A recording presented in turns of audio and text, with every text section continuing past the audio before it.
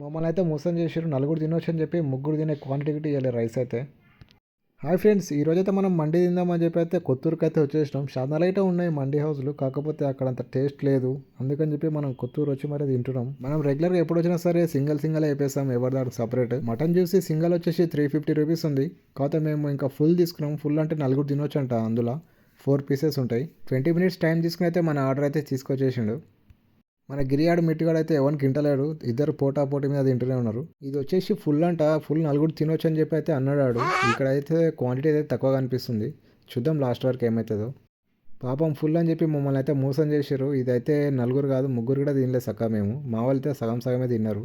పాపం గిరియానికి అయితే ఎక్కడ సరిపోలే అది.